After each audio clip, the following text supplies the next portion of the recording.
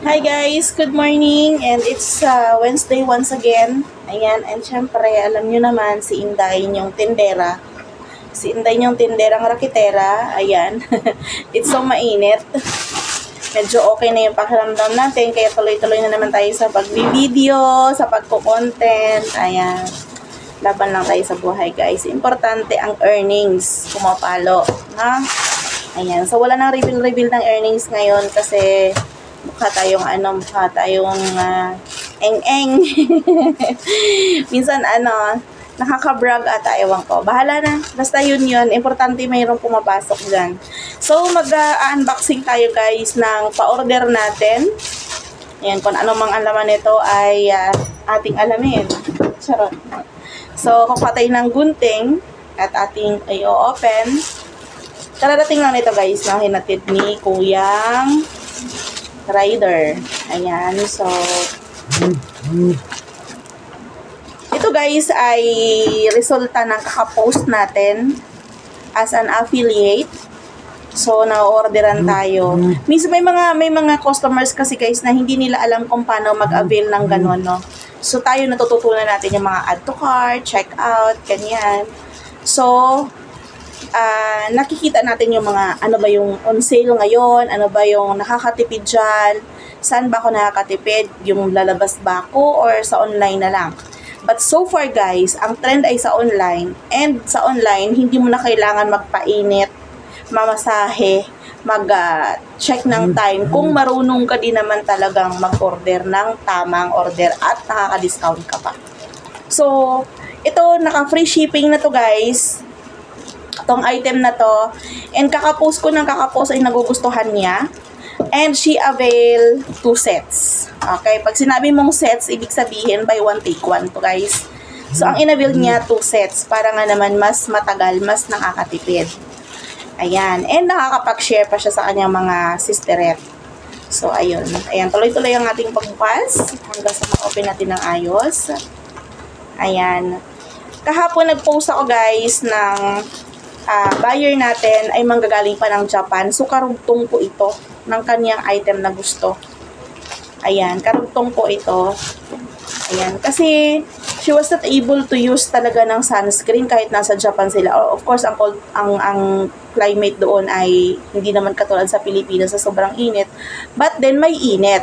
So, sabi niya, hindi nga ako nag-sunscreen eh. Sabi ko, alam mo, hindi ako nagme-makeup, hindi rin ako nagpupulbo. Sunscreen lang ang panlaban ko sa init ng araw.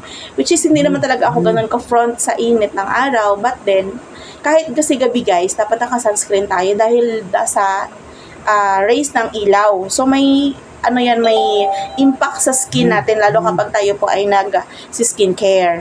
So, isa pong pinaka-the best na gamitin natin, lalo na sa pag may exposure ka sa light, or sa heat lalo na, ay sunscreen.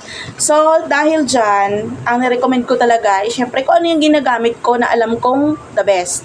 So far, ang pinaka-the best na ginagamit natin ay ang Florada sunscreen. Ayan, pakita ko sa inyo. Ganito guys ang packaging yan. Ganyan ang packaging yan.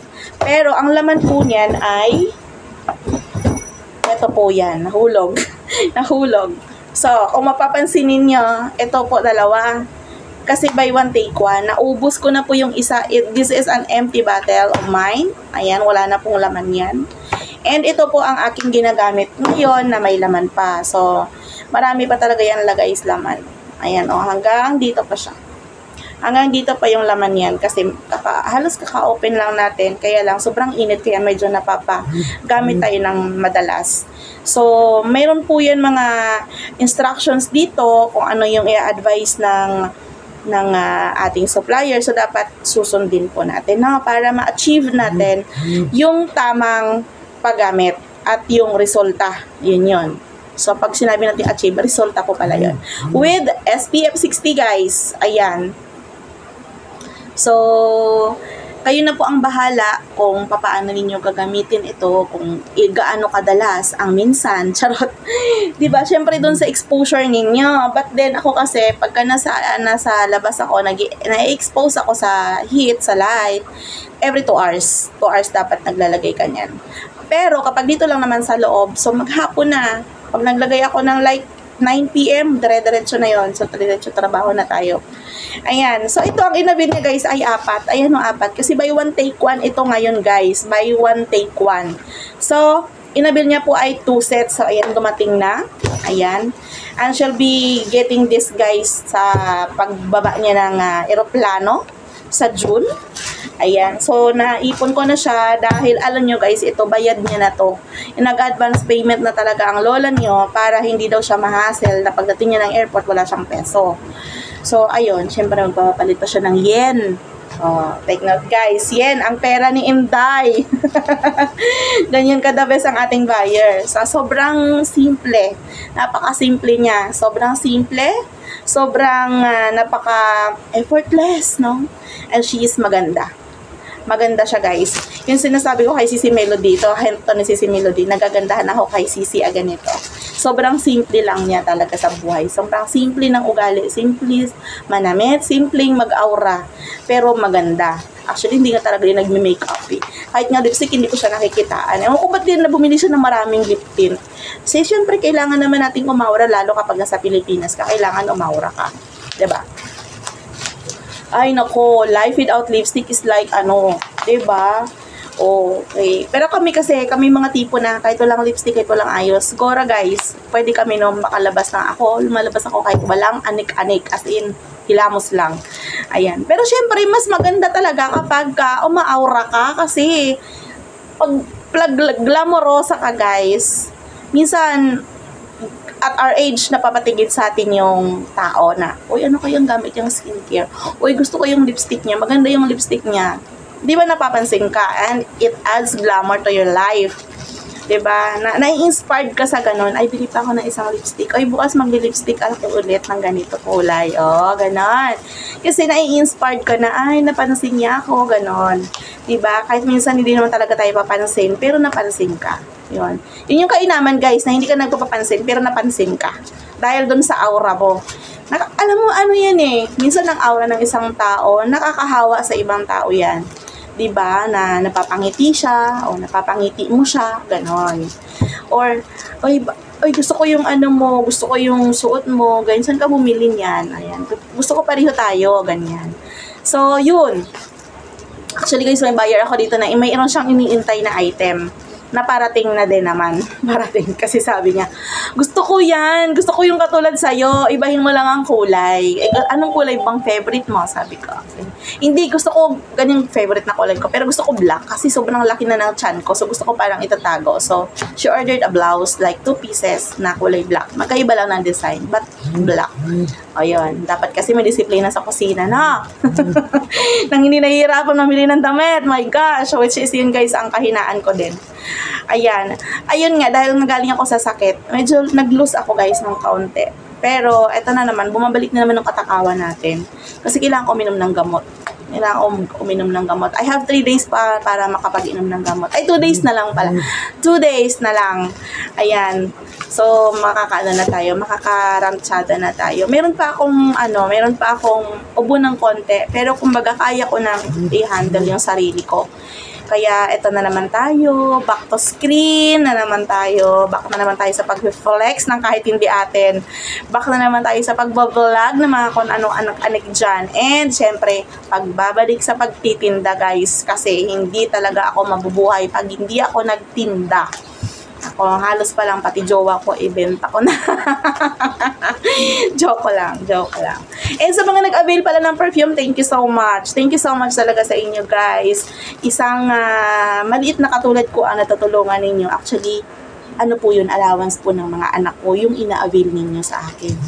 Allowance po yun ng mga anak ko. No matter how much ang tinubo ko sa isang item, ang itinulong nyo po sa akin ay napakalaki, guys, na isa yan sa part ng allowance ng mga anak ko na nag-aaral. Ayan. So, thank you so much everyone and God bless you all po. Salamat sa panonood, sa istorya ko na naman, sa aking panibagong istorya ngayong araw. Ayan. Maraming thank you po sa inyo. God bless you all guys. And sa bumili, Sisi, maraming salamat. You're in good hands. Ayan. Gamot ay laging bago kay Inday. Ayan, so ito na yung order mo. Kapag pinasama ko na, ayan na sisi, ito na. Ayan. Oh, 'di ba? At ito naman yung pangalawa. So yung pangatlo, naka-schedule na kung kailan ang dating nun kasi gusto ko fresh ang balot pagdating sa'yo. Ayan. And of course, shout out kay Ma'am Linda, Linda's World in Germany. Ayan, ang kanyang blouse po ay nandito pa din. Isa yun guys sa ano no? Hindi kami nagkita nung time na bumaba siya ng Germany. Kasi may bagyo dito sa Pilipinas. Not actually bagyo, pero bumaha guys. And that time, sobrang taas ng lagnat ko na hindi talaga ako pwedeng lumabas. Alam niyo naman ako, pagkakaya ko talaga, binibigay ko yung self ko. Kahit anong oras yan, ibibigay ko yung sarili ko. But that time talaga, sobrang mingi talaga ako ng pasensya kay Ma'am Linda na hindi ko talaga siya na-accommodate. Una guys, ang taas ng lagnat ko, ang lakas ng ulan. Pangalawa po, delayed ng 2 hours ang kanyang flight. So lalo na talaga. At ito po yung kanyang item na inaasam-asam niya yan. Thank you so much. And mag-a-avail pa daw siya ng another color. Tinatawag na nila ako. I'm coming. Tinatawag na nila ako guys. Ayan, so see you na po sa next vlog. Maraming thank you. Kami po ay kakain na dahil nagluto sila ng nilagang pork. Ayan, so tinatawag na natin. Ang konsensya natin. Wala akong ambag ngayon sa pagluto dun, kundi cash lang. Thank you so much guys for watching. Ayan, God bless you all po. Sobrang swerte ko guys na may mga kasama ako na ganyan. Sobrang swerte ko na ipinagdadasal ko lagi na sana bigyan pa sila ng mahabang pasensya sa akin. Ayan, syempre pamumuhay, kasaganaan at kaligtasan sa araw-araw na pagmamaneho. Ayan, and of course sa inyo din po. Ayan, I was praying to na sa mga may karamdaman, sa mga tao na may dinadanas na kabigatan. Ayan, I hope God will lead you dun sa mga bagay na makapagpapasaya sa inyo. Even a little smile.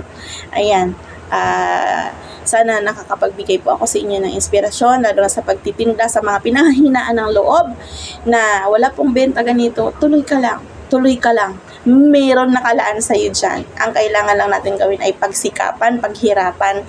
Ipakita mo na kaya mo. Ipakita mo ang tiwala mo sa sarili mo na malalagpasan mo yung tumal, yung walang benta. May darating at may darating dyan. May plano si Lord sa atin. Kaya natin yan. God bless you all guys, and maraming salamat sa panonood. Kayo po ay mag-iingat. Ayan. Thank you so much.